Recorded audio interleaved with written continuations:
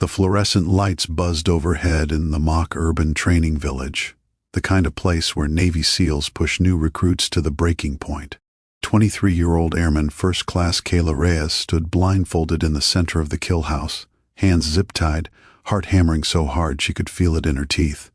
She was the only woman in the opposing force role that week, and the instructors had made it clear today's scenario was high-threat hostage rescue, and she was the hostage.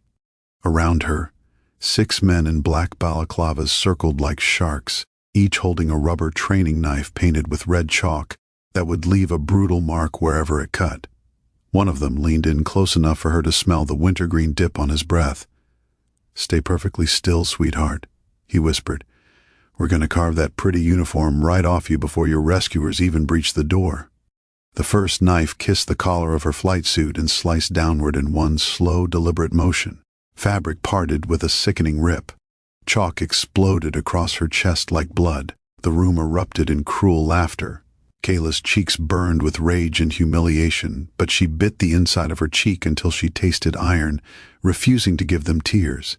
If you're new here and you love real stories of courage under fire, hit that subscribe button right now so you never miss what happens next.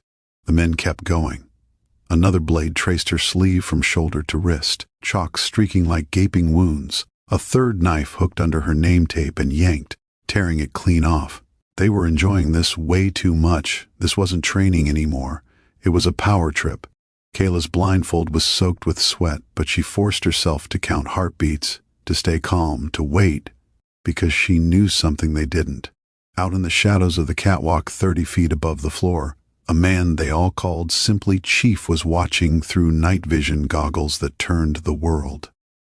Ghost Green, retired Master Chief Chris Razors O'Neill, 20 years in DEVGRU, the man who'd been on more real hostage rescues than most people have hot dinners, had volunteered to play the lone rescuer for this final evolution. Everyone thought it was impossible, one operator against 6 armed captors inside a locked kill house with a blindfolded hostage in the center.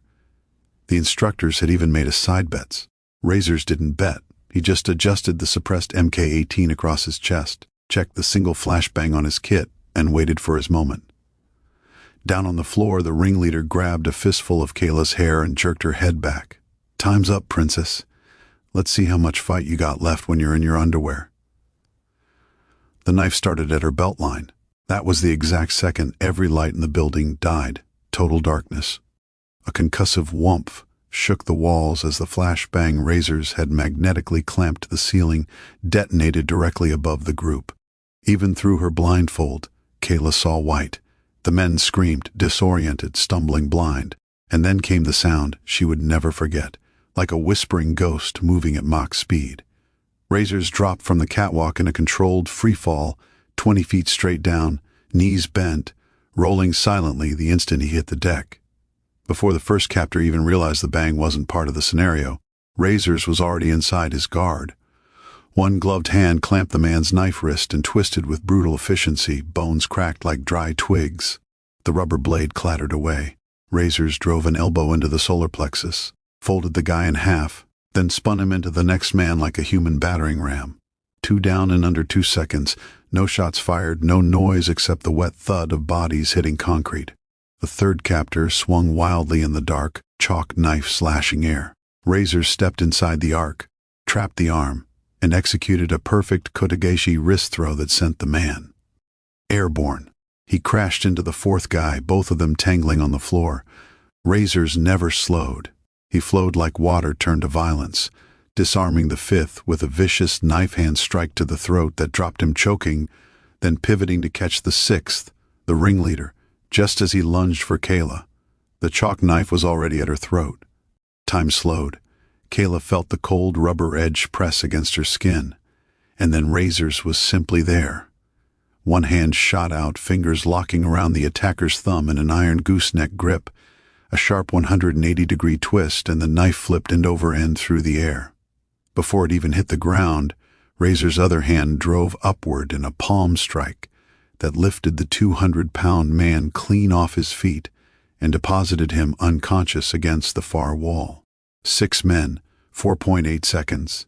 The emergency lights flickered back on just in time for everyone watching on the monitors to see Razors standing alone in the center, chest barely moving, surrounded by groaning bodies.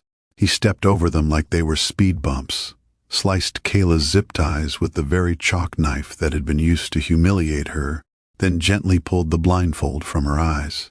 "You okay, Airman?" His voice was calm, almost kind. Kayla looked at the carnage around her, then at the torn ruins of her uniform streaked with red chalk blood, and something inside her broke open. Tears came hot and sudden, not from fear anymore, but from a fury and pride so fierce it stole her breath. She snapped to attention, voice cracking but steady. "Better than okay, Chief. Thank you." Razors gave the smallest nod, the ghost of a smile. "You stayed frosty when it counted. That's what matters." He handed her the chalk knife. "Handle first. Souvenir. So you remember who you are when people try to make you feel small." The instructors were speechless. The side bets were paid in humiliated silence. Word of the evolution spread through the base like wildfire. Within a week, Kayla Reyes became the airman every new female troop asked to meet. The one who didn't flinch when 6 men tried to break her. The one a legend rescued with one impossible action. But the part that stuck with her most wasn't the takedowns or the flashbang or even the drop from the ceiling. It was the moment Razors looked her in the eye and saw a warrior, not a victim. Years later, when she made chief herself, she kept that red-streaked rubber knife in a shadow box on her wall. And every time a young airman came to her feeling small, she told them the same thing Razors told her. They can cut your uniform. They can never cut your fight. That's the day a hostage became a legend, and a retired SEAL reminded everyone why those tridents are earned, not given. Now I want to hear from you, warriors and patriots. From which part of the country are you watching this video right now? Drop your state in the comments. Let's see where the real ones are. Like, if this gave you chills, share it with someone who needs to remember what American grit looks like, and I'll see you in the next one. Stay frosty.